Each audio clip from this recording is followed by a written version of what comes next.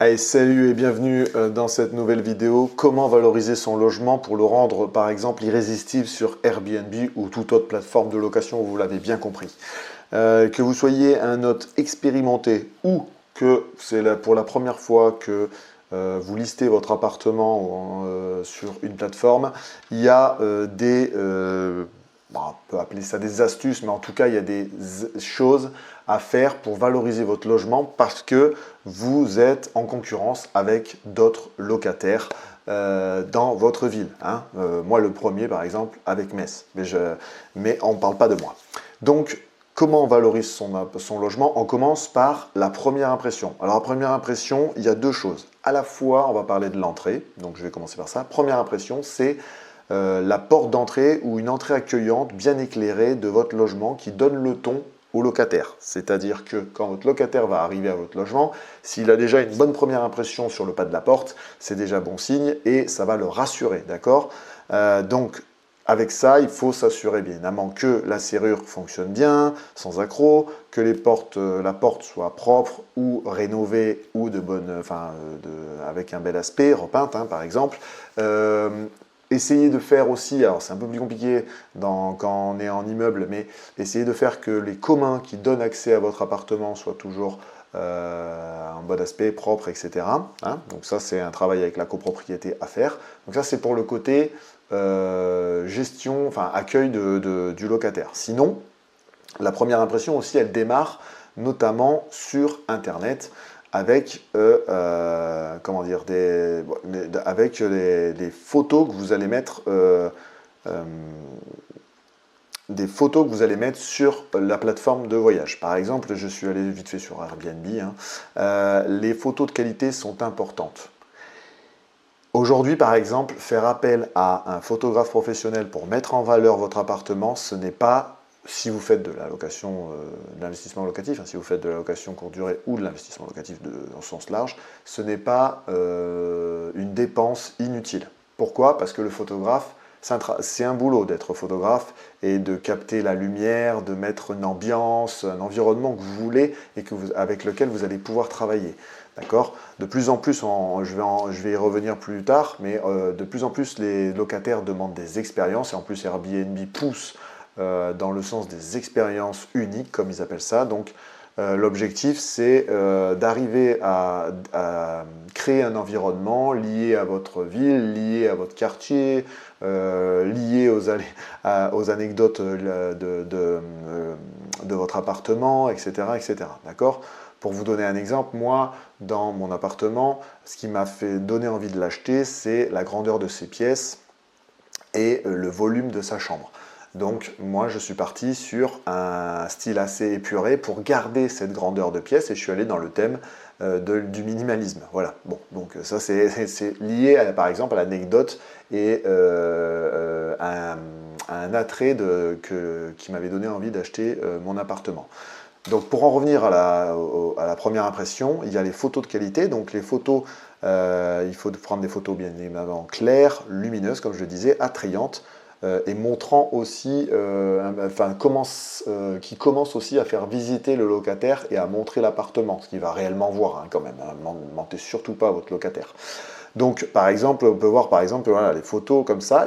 L'appartement peut avoir un joli design, mais moi, en première photo, des photos de travers comme ça ne met pas en valeur votre appart. D'accord? Alors que il est propre l'appartement, il a été rénové, ça se voit, ça se sent. D'accord?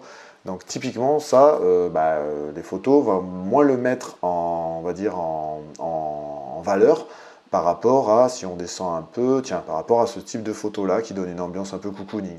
Vous voyez, là, par exemple, ils ont focalisé les premières photos sur la chambre parce que ça doit être la pièce principale avec une jolie salle de bain, avec un éclairage qui donne un aspect cocooning. Vous voyez ce que je veux dire? Donc, les photos sont importantes.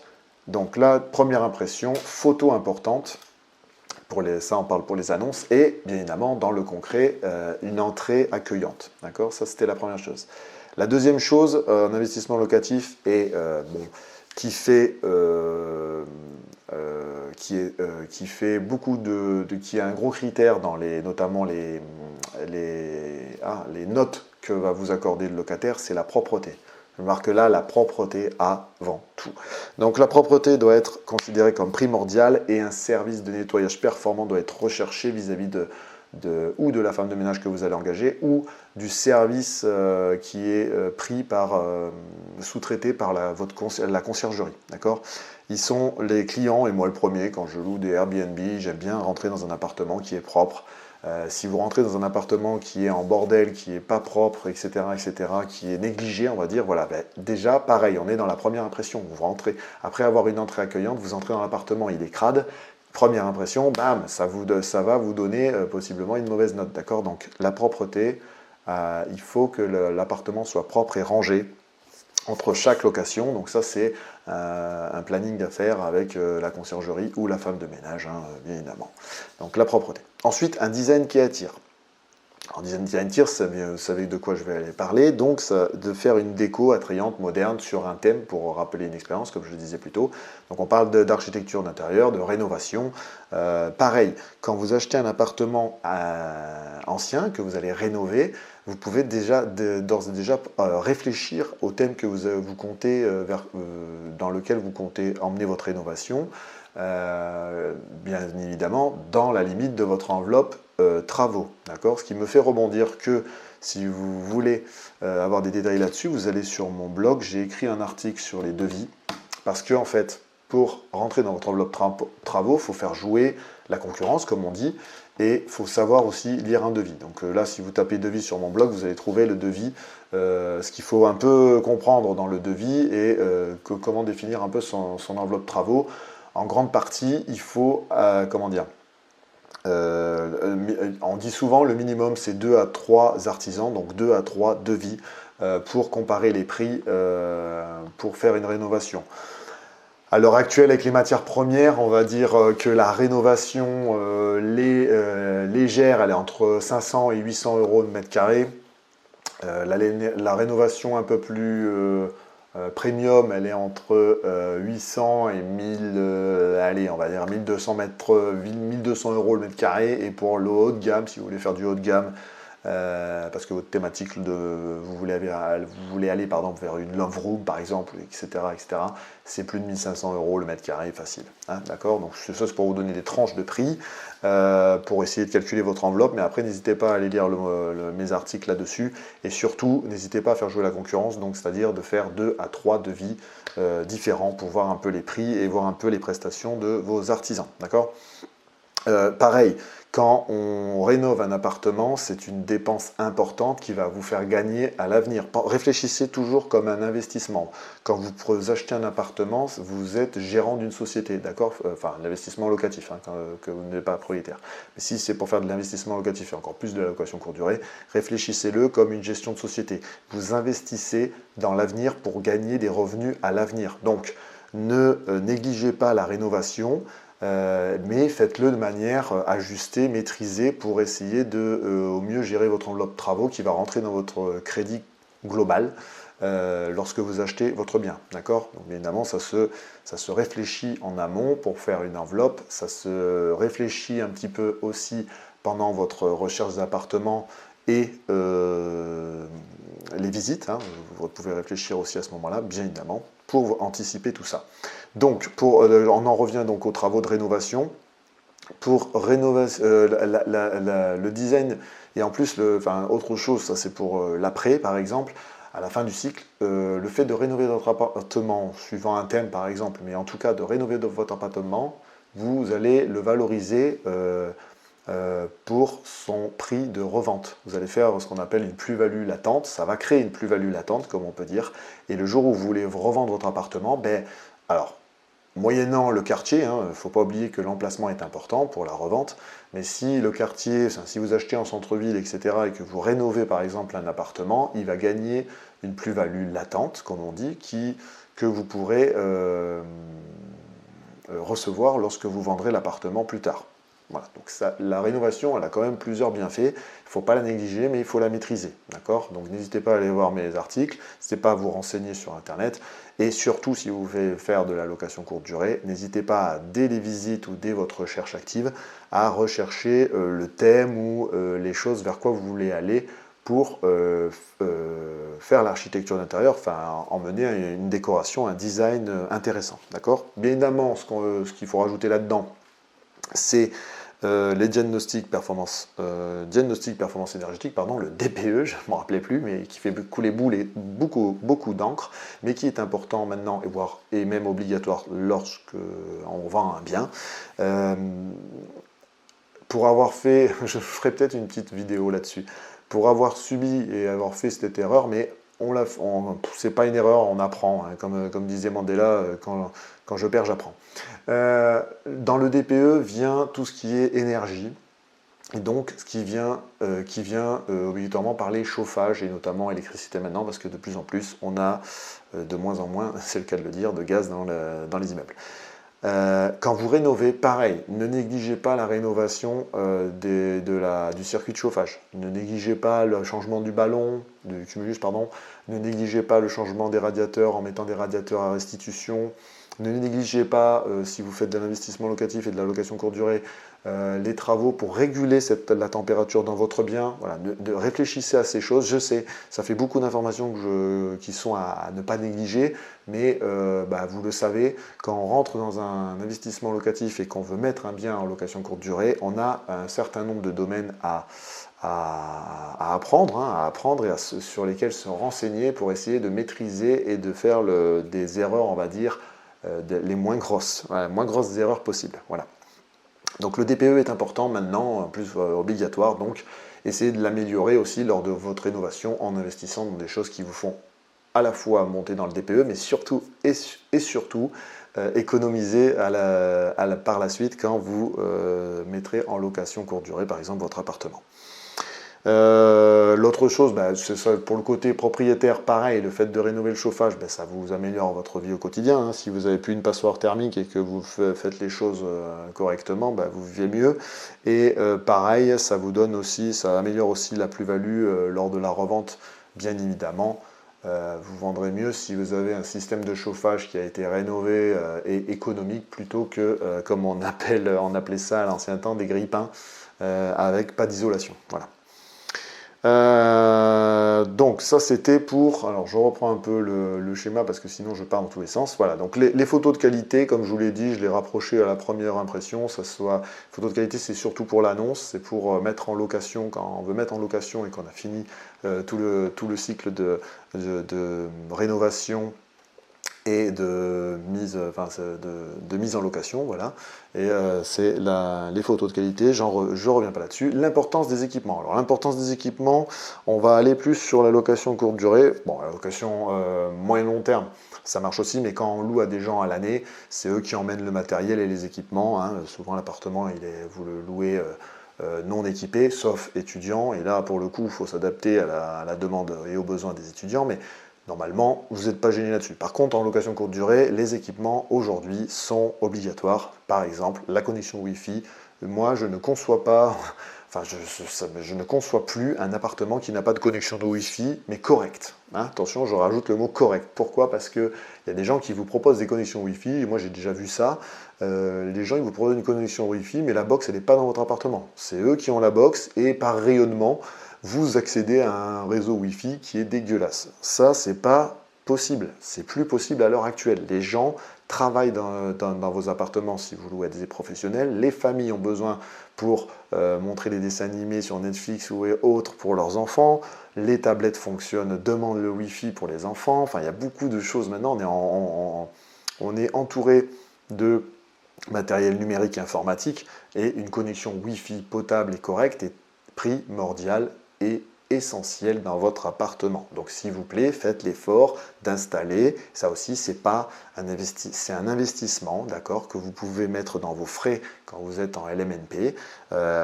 Payez un abonnement Wi-Fi et une box dans votre logement que vous mettez en location, s'il vous plaît, parce que ça aussi, ça va vous emmener une mauvaise note. Venez pas vous plaindre parce que le mec il vous a mis une mauvaise note.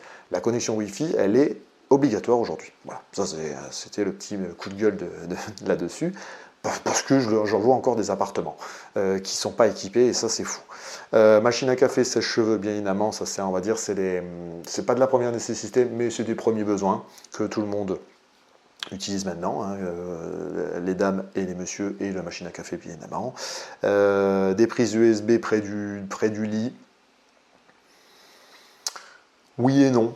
Ça, c'est en fonction de. Après, les équipements, il y a quand même un équilibre à trouver. Par exemple, je vous donne mon exemple. Moi, dans mon appartement, au vu des besoins et des locataires que j'ai en face, je n'ai pas installé pour l'instant, de machine à laver le linge. Dans certains appartements, vous allez trouver des machines à laver le linge. Ça dépend aussi, et ça c'est à voir en fonction, par exemple en s'informant auprès de l'agence avec qui on va acheter l'appartement, en s'informant de la conciergerie par qui on va passer, des professionnels de la région, si on n'est pas de la ville, mais bon, souvent on essaye de connaître quand même la ville avant d'acheter. Le but du jeu, c'est de voir par rapport aux besoins des locataires et surtout de la typologie des locataires que vous allez avoir. Moi, par exemple, j'ai des professionnels et des gens qui viennent pour des courtes durées. Quand je dis courte durée, c'est moins d'une semaine souvent. Donc, ils n'ont pas besoin de machine à laver le linge parce qu'ils ont suffisamment et ils repartent après. Il y a d'autres locations, par exemple, je ne sais pas moi, les stations de ski, par exemple, ou les stations thermales, les villes thermales, etc. Eux, là, par contre, les gens restent plus d'une semaine. Donc là, il est quand même important, je trouve, de mettre une machine à laver le linge parce que les gens restent souvent 2 semaines, voire plus, s'ils sont en cure au même endroit. D'accord? Donc vous voyez, les équipements sont adaptés en fonction de la typologie, du type de locataire que vous allez avoir, mais aussi du séjour, et il y a d'autres critères bien évidemment. Tout n'est pas obligatoire, mais quand même un équipement de base et de première nécessité, c'est important. Voilà. C'est on va dire la base pour pouvoir avoir un appartement confortable, sans compter la literie. Alors la literie c'est pareil, hein, les gens qui me foutent des lits qui ne sont pas confortables, alors attention le confort, hein, tout est subjectif, mais si votre lit est fatigué, n'attendez pas pour changer votre matelas. De toute façon, si vous faites une gestion comme une société, vous allez vous garder ce qu'on appelle une épargne de précaution, une épargne de sécurité liée à votre appartement. Hein. Vous pouvez vous garder par exemple 5% du chiffre d'affaires de côté qui va vous permettre de faire ces changements-là assez rapidement en changeant le matelas et pour toujours garder un appartement avec des équipements et du confort, d'accord? Parce que c'est ça aussi, ça joue dans la mauvaise note. Alors après, je parle surtout de la literie, pardon. Tout ce qui est clic-clac, BZ, etc., c'est une autre affaire et c'est souvent des gens en plus. Mais la literie, pareil, c'est important. Les gens qui viennent dans votre appartement, ils viennent des fois en tourisme, des fois en professionnel, et ils font que dormir dans votre appartement. Donc à minima, mettez une literie qui est bonne parce qu'ils font souvent que ça comme activité dans votre appart. Donc si vous avez une literie qui n'est pas bonne, je suis désolé, le mec, les personnes vont vous mettre une mauvaise note et il ne faudra pas venir vous plaindre, d'accord? Donc on a fait les équipements, n'hésitez pas, je sais qu'il y a beaucoup d'infos, n'hésitez pas à me mettre des questions en commentaire, à venir me poser des questions, il n'y a pas de souci. Créer une expérience unique, bon, ça rapproche un peu à ce que je disais un peu plus tôt. Là, c'est très poussé par exemple par Airbnb, ça. Ils veulent qu'on crée une thématique, une expérience unique, comme on dit. Alors, elle peut se faire de différentes manières. Je veux dire, l'appartement peut être très bien positionné en centre-ville et l'expérience, vous la proposez en allant chercher par exemple un partenariat avec un guide local, avec un restaurant local. Vous voyez, l'expérience, elle n'est pas obligée d'être toujours dans l'appartement, mais elle peut arriver par des services annexes extérieurs à votre appartement. L'objectif, en tout cas, c'est de proposer quelque chose qui arrive un peu à vous démarquer de la concurrence et surtout de le faire apparaître dans votre annonce. Par exemple, moi, dans mon appartement, ce que j'ai essayé de faire, comme je suis parti sur un peu le minimalisme, j'ai mis des livres pour les adultes portant sur ce sujet-là, et j'ai mis des jouets pour les enfants. Et ça, c'est c'est pas pour le côté minimaliste, mais ça apporte un service en plus. Et j'ai eu des bons retours déjà, le fait qu'il y avait des jouets ou que j'avais prévu des choses pour un bébé, par exemple. Ça, c'est autre chose, c'est en fonction du type de locataire, l'expérience, le fait d'avoir tout bêtement un lit parapluie parce que vous savez que les gens viennent en famille dans votre logement, ça peut être un plus, d'accord? L'expérience unique, c'est pas que obligatoirement, comme veut vous faire croire Airbnb, créer une ambiance de love room, de machin, ça va vous coûter des millions, etc., etc. On le voit bien en plus, les love rooms, maintenant, c'est pas que c'est saturé, ça dépend des villes où vous êtes, mais ça commence à être saturé comme marché, donc les gens vont vers autre chose, mais malheureusement, créer une expérience, vous n'aurez pas obligatoirement l'argent au démarrage pour la mettre entièrement en place, d'accord? Donc ça aussi, il faut penser moyen long terme. C'est un investissement et vous gérez une société, hein, d'accord? Donc votre appartement, c'est un investissement. Donc, si vous n'avez pas l'argent pour créer complètement l'environnement, rien ne vous empêche de démarrer avec l'enveloppe que vous avez prévue pour la rénovation et l'architecture d'intérieur, la décoration d'intérieur, je vais y arriver, mais par contre, de chaque année, d'en remettre un peu plus pour compléter, pour arriver à l'objectif de votre expérience ou de votre thématique, d'accord? Alors, bien évidemment, ne me faites pas dire ce que j'ai pas dit. Si vous partez sur un truc de cocooning, de confort, et que la première année, vous n'avez pas l'argent pour faire, je sais pas moi, je vais vous prendre un exemple énorme, qui coûte un peu cher, la salle de bain balnéo, ça va être compliqué. Parce que la deuxième année, si vous voulez mettre une salle de bain balnéo, ça va faire quand même un gros œuvre dans la salle de bain. Vous voyez ce que je veux dire? Il faut être cohérent quand même dans les travaux et dans l'enchaînement des travaux. Moi, je vous parle plutôt de compléter petit à petit par la décoration, par les objets que vous allez rajouter, par vous voyez, la décoration souvent. Hein, c'est comme ça qu'on complémente, d'accord? Qu'on complète, pardon, qu'on complète. Donc ça, c'était pour l'expérience unique. Et enfin, la communication et l'accueil. Ça, c'est pour augmenter le nombre de réservations. Aujourd'hui, on est dans un monde d'instantanéité où tout doit arriver de manière immédiate. Et il y a des gens, alors ça aussi, petit message coup de gueule, les gens quand ils louent sur Airbnb, je trouve qu'ils se trouvent de plus en plus, ils sont tellement habitués à avoir des services qu'ils se trouvent de plus en plus à vouloir être dans un hôtel. Vous n'êtes pas dans un hôtel, cher locataire. Si vous voulez des services avec un SAV 24 h sur 24,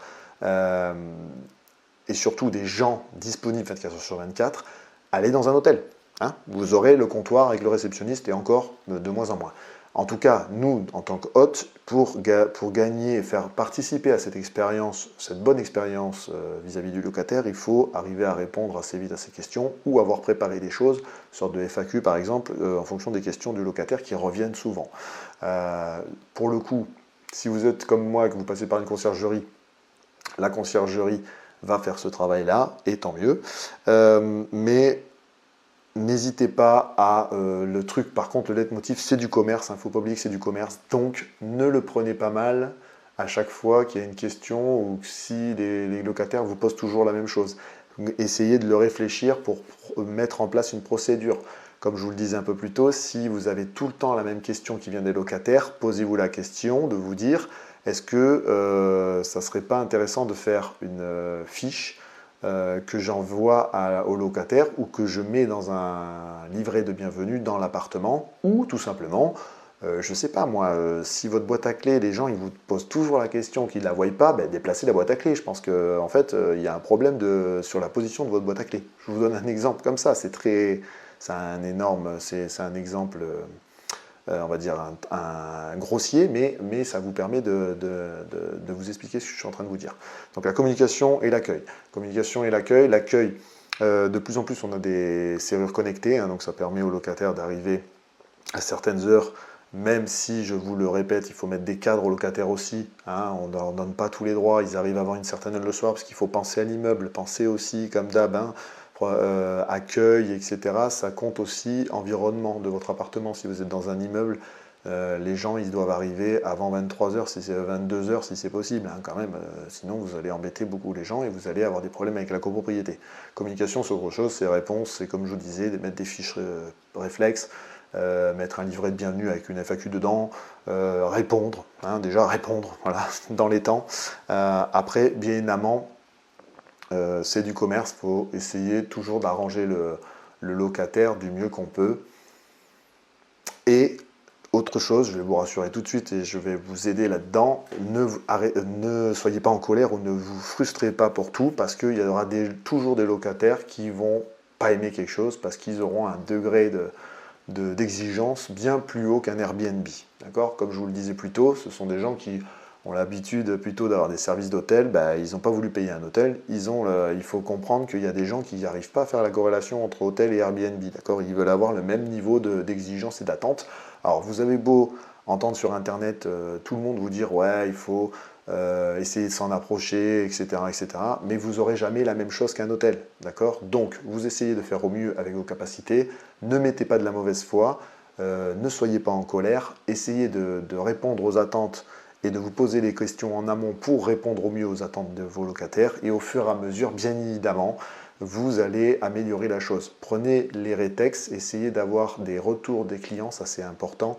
Avant, par exemple par mail ou avant qu'ils mettent la note sur la plateforme, essayez d'avoir un retour de leur part parce que ça va vous permettre aussi d'améliorer votre appartement, d'accord? Que ce soit les subtilités, des dysfonctionnements, des choses comme ça, moi c'est ce que j'ai fait, ça me permet de planifier par exemple les rénovations futures et de compléter, comme je disais, par exemple les équipements de mon appartement. N'hésitez pas à récupérer, il est très important, ce retour client, il est super important et il peut vous apporter beaucoup d'infos utiles pour vous et pour vous aider à gérer dans le temps votre appartement. D'accord? Donc communication, accueil, ça c'est le sujet qui est important aussi. On ne peut pas le négliger aujourd'hui. Je veux dire, surtout Airbnb et Booking, enfin toutes les plateformes maintenant le prônent. Il faut répondre vite et il faut répondre bien. Voilà. Donc bon, c'est pour pouvoir améliorer vos réservations, voire même, pourquoi pas, arriver à louer en direct, parce que c'est l'objectif. À un moment donné, c'est que des gens reviennent, par exemple. Moi, par exemple, j'essaye de fidéliser les professionnels qui reviennent dans ma ville. Et il faut communiquer de manière respectueuse et il faut les accueillir de manière, on va dire, correcte. Voilà, cherchez le mot. Donc voilà, avec tout ça, je vous ai donné beaucoup d'infos. Je sais que ça peut faire peur. Ne vous en faites pas. Dans chaque phase, il y a des choses à apprendre. Là, je vous ai fait juste une petite description succincte sur comment valoriser son logement, surtout quand on veut faire de la location courte durée. N'hésitez pas à me poser vos questions, à critiquer, à faire vos remarques, à me dire aussi ce que vous avez mis en place pour valoriser votre logement. Comme ça, vous aidez la commu. Et moi, je vous remercie encore de me suivre. Je vous remercie d'être toujours plus nombreux. N'oubliez pas, j'ai un compte Bonsaï aussi maintenant qui me permet de créer une newsletter sur laquelle, en plus de mes vidéos YouTube, je poste des informations sur tout ce qui est investissement immobilier, mais surtout assez lié à la location courte durée. Et surtout, moi, ça me permet aussi de vous partager la vie de mes investissements et notamment de mon investissement à Metz parce que ça fait pas longtemps qu'il a commencé, donc ça vous fait un retour d'expérience et ça vous permet aussi de voir les erreurs que j'ai fait parce que j'ai pas honte de dire que j'ai fait des erreurs et ça vous permettra de les corriger et ça vous permettra surtout de les anticiper si vous aussi vous voulez investir. Je vous dis encore merci de me suivre et je vous dis à une prochaine vidéo. Ciao ciao.